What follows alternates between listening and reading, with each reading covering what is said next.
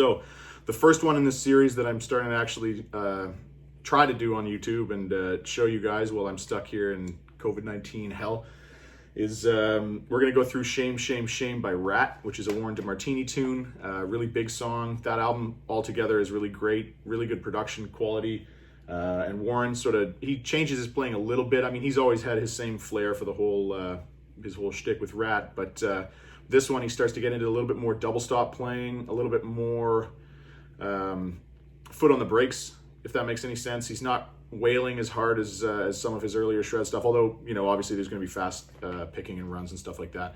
This solo especially has got a whole section in the start that's just double stops and a couple of bluesy licks, and then later on in the solo he's got that sort of series of fours ascending up in that that pattern, and that's the harder stuff that I wanted to work on because it's playing on the note. A lot of these old guys, myself included, we just, you know, George Lynch I think said falling down the stairs and landing on your feet, or someone said that about him. And that's one of the things that the later Warren DeMartini stuff, you really hear him, he's hitting every note, he's hitting every beat. And so it's a lot harder if you're used to just fucking around. So I'll play through it. I'm not going to get into too much of the theory behind it because I can't remember any of this stuff. It's been years since I started to get any guitar training. I'm just getting back into this actually.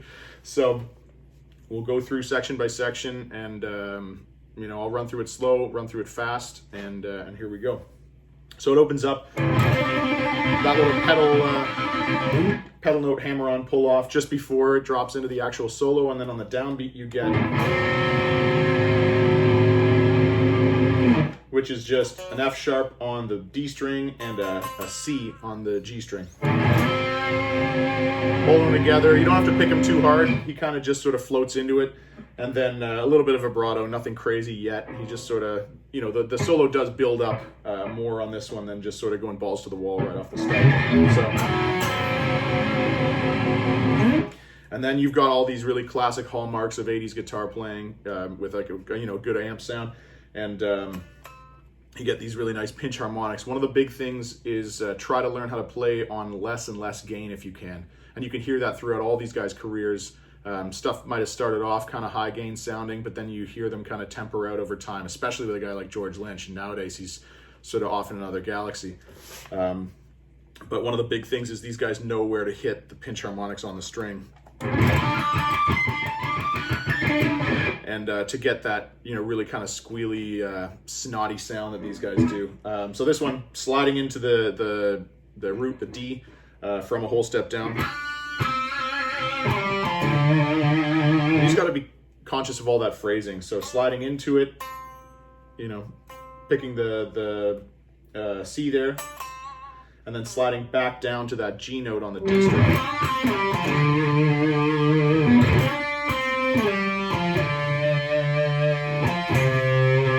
So that whole phrase.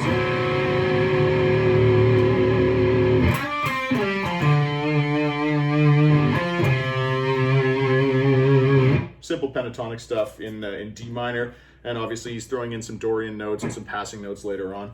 And then basically it's just once you're down on that, the C note there on the A string, he just slides up and goes through a little like a little 7 triad, a dominant 7 triad, and ends up back on that that double stop. And then some more double stops. Woo. And that one's just the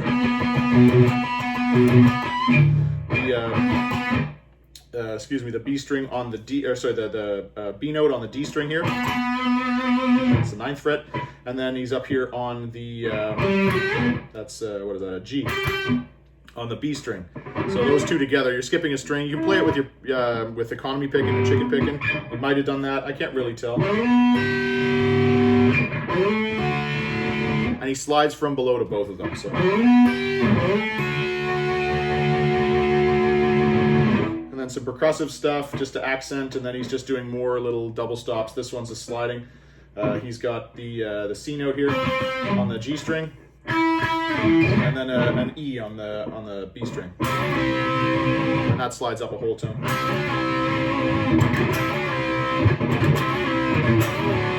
And that one's an F sharp and a D.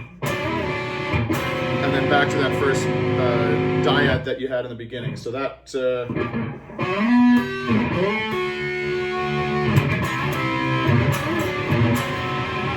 the whole first section together.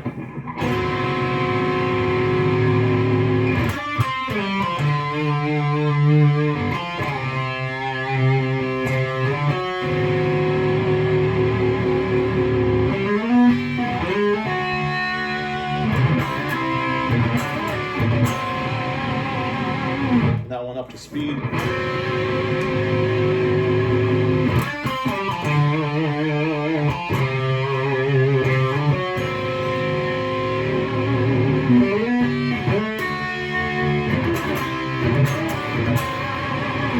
And then we've got this this whole sort of, again, D minor pentatonic section, and it gets into the more difficult stuff that this solo shows you is this sort of rhythmic picking that's all on the beats. There's nothing flying all over the place. There's no grace notes. There's nothing crazy. It's just all 16th notes. So that one starts.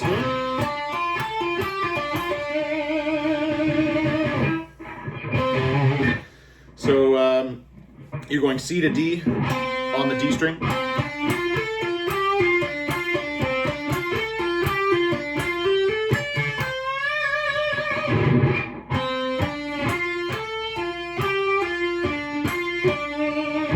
So that one's C, D,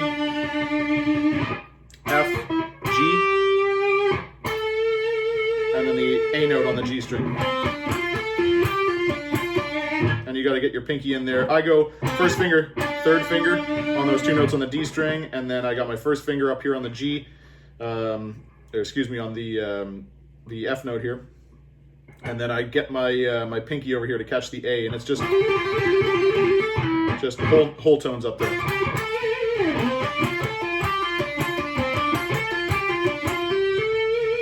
That one I hammer on all the way, and then you're going to catch the high D on the E string.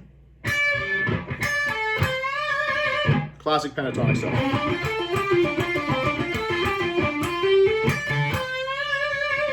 And then hang on to that one. You're going to go up a whole tone. So C to D up to the root, and then you're going to blast past the root another whole tone. And that one you got to have your calluses together. My fingers aren't there anymore. They're tearing apart.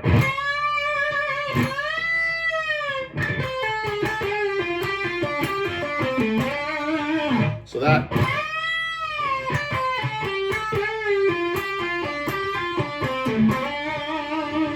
just descending through the D minor pentatonic scale. And then you get to this really cool part. This is the part that I wanted to learn when I got listening to this solo, was just this series of fours ascending through the same picking shape and the same sort of fingering shape, but using, obviously, following diatonically up the chord. So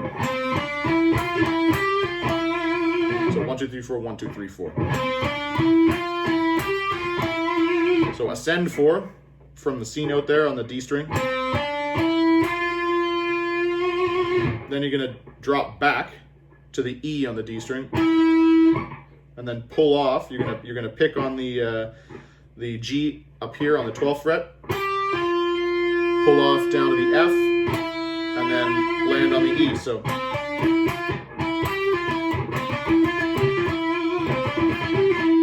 my picking hand's kind of weird. Some guys might alternate pick this. I sort of economy pick it just because I'm bullshit with the slower picking stuff. I can only really get the wrist going like Eddie Van Halen style when I start picking fast. So it makes it really difficult to slow down, probably just because I'm not that great a player. But it just goes all the way up the neck, following that same picking pattern, following the similar fingering pattern, but it's just obviously following it through the scale. So the next one is, that's Super Dorian. There's that Dorian note. Then you're up on the B and the E strings.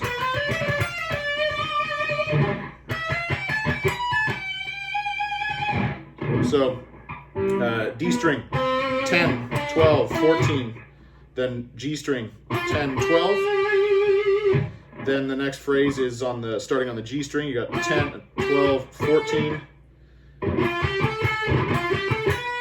Then you're going up to the 12th fret on the B string. And then 13, 12, 14 on the G string. Then 12, 13, 15. 12, 13, 15 is the pattern again.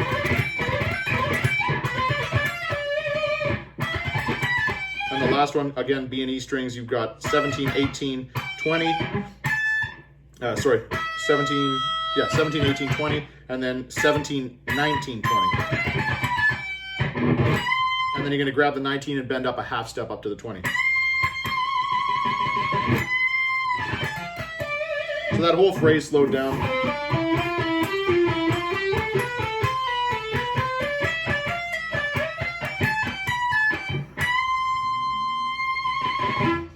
And then you're just following that one down.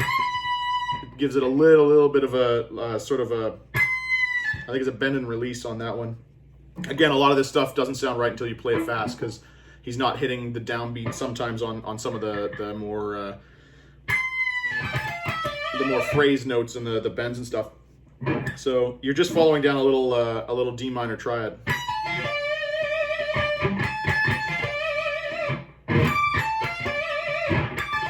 That's if you were to play it all the way, but it's so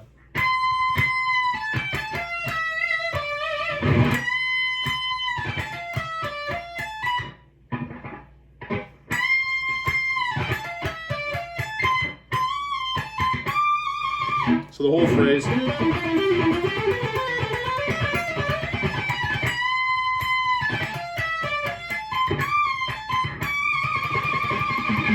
And then just full step from C to D up on the 20th to the 22nd fret here, bent, and just shake the shit out of it. So the whole thing's slow.